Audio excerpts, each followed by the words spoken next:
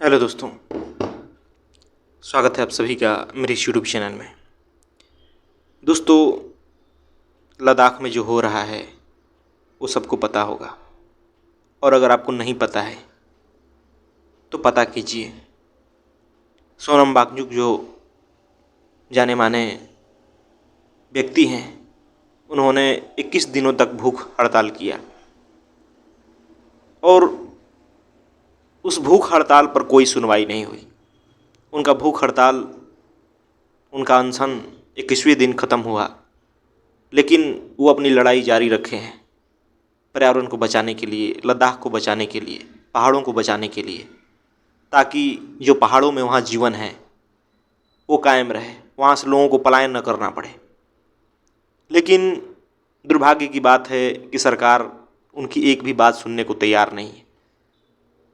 सरकार बिल्कुल लापरवाही बरत रही है पर्यावरण के मुद्दे पर। उनके तरफ बिल्कुल ध्यान नहीं दिया गया, न उस संबंध में कोई बात कही गई, न आश्वासन दिया गया। लेकिन यह सोचने वाली बात है हमको, आपको, पूरे भारत की जनता को, कि क्या यह जो लड़ाई है वो अकेले सोनम वांगचुक की है या सिर्फ लद्दाख के लोगों की है। हम सब वहाँ से दूर हैं तो सोचते हैं कि वो तो लड़ाई उनकी होगी, वो तो उनकी पर्सनल बात है। तो आप बड़े भूल में हैं, क्योंकि दोस्तों, जो पर्यावरण पर संकट आ रहा है, जो धरती पर संकट आ रहा है, उससे सिर्फ लद्दाख के लोग नहीं प्रभावित होंगे। आप भी प्रभावित हैं, हम भी प्रभावित हैं, सारे लोग प्रभावित हैं और हो रहे हैं, आगे भी होंगे। हो सकता है कि किसी के पास पहले उसका प्रभाव पड़े, किसी के पास बाद में पड़े, लेकिन प्रभावित तो सबको होना है। इसलिए यह लड़ाई सिर्फ सोनम वांगचुक की नहीं है, यह लड़ाई आपकी है, हमारी है, पूरे देश की जनता की है, मानवता को बचाने के लिए, धरती को बचाने के लिए। और यह लड़ाई आज युद्ध स्तर पर होना चाहिए। यह बहुत दुर्भाग्य की बात है कि कोई आज इसके प्रति जागरूक है तो उसके साथ लोग खड़े नहीं हैं, उसके साथ नेता खड़े नहीं हैं, सरकारें उन पर ध्यान नहीं दे रही है। यह बहुत बड़े दुर्भाग्य की बात है। हम आने वाले धरती पर संकट को देख नहीं रहे, हम अपने दैनिक जीवन में मशगूल हैं। हमें बिल्कुल नहीं मतलब कि धरती का क्या हाल हो चुका है, पर्यावरण पर क्या खतरा आने वाला है, बिल्कुल नहीं मतलब है। क्योंकि हमें तो आराम से सब कुछ मिल रहा है, हमारे जीवन में कहाँ कोई परिवर्तन हो रहा है। सारी सुविधाएं हमारे पास है, भोग की वस्तुएं हमारे पास है, लेकिन हम सोचते नहीं कि आने वाले समय में क्या ये सारे भोग की वस्तुएं हमें उपलब्ध होगी। या जो दूर दराज के क्षेत्रों में लोग रहते हैं, जिनका जीवन प्रकृति पर निर्भर है, वो किस प्रकार अपने जीवन को जी रहे हैं,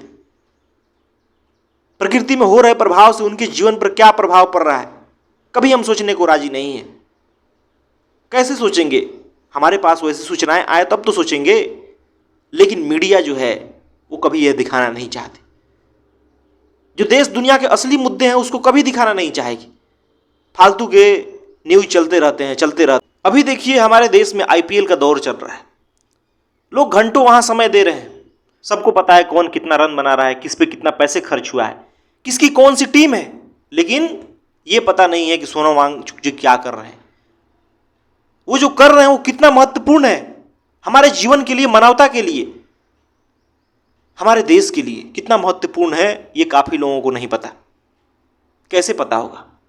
दोस्तों, जब प्रकृति पे संकट आएगा, धरती पे संकट आएगा, तो किसी एक का जीवन प्रभावित नहीं होगा, सबका जीवन प्रभावित होगा। और बस वो समय आने वाला ही है।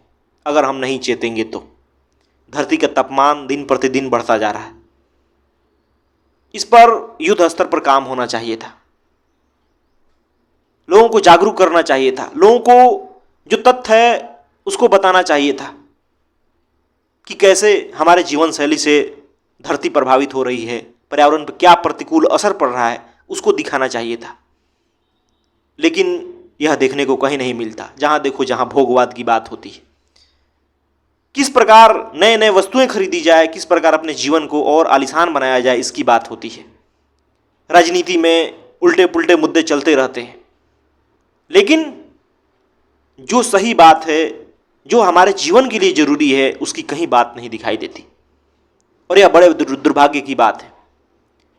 आज जरूरत है हम सबको सोनम वांगचुक के साथ खड़े होने की, क्योंकि दोस्तों वो लड़ाई सिर्फ सोनम वांगचुक की नहीं है, वो लड़ाई हम सब की है, वो पूरे मानवता की लड़ाई है, वो मानव जीवन की लड़ाई है, आपके बच्चों का भविष्य का लड़ाई है।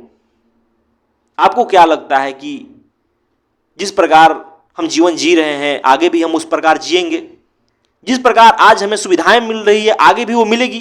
बिल्कुल नहीं मिलेगी, क्योंकि हमारी आबादी दिन प्रतिदिन बढ़ती जा रही है। उस आबादी को रोकना होगा, हमें अपने भोग की वस्तुओं को कम करना होगा, हमें ऐसे कानून बनाने होंगे जिससे कि पर्यावरण को क्षति न पहुंचे, पर्यावरण की रक्षा की बात की जाए। और उसी के लिए वहां लद्दाख में लोग इतने ठंड में भूखे बैठे हैं, अभी भी उनकी लड़ाई जारी है, अभी भी वो अनशन कर रहे हैं, और कितने जायज तरीके से कर रहे हैं। लेकिन सरकार है कि सुनने को राजी नहीं, उसके कान पे जू नहीं रेंग रहा। यह बहुत दुर्भाग्य की बात है। यह देखने वाली बात है कि उसे देश की कोई फिक्र नहीं है, उसे पर्यावरण की कोई फिक्र नहीं, मानवता की कोई फिक्र नहीं। दोस्तों,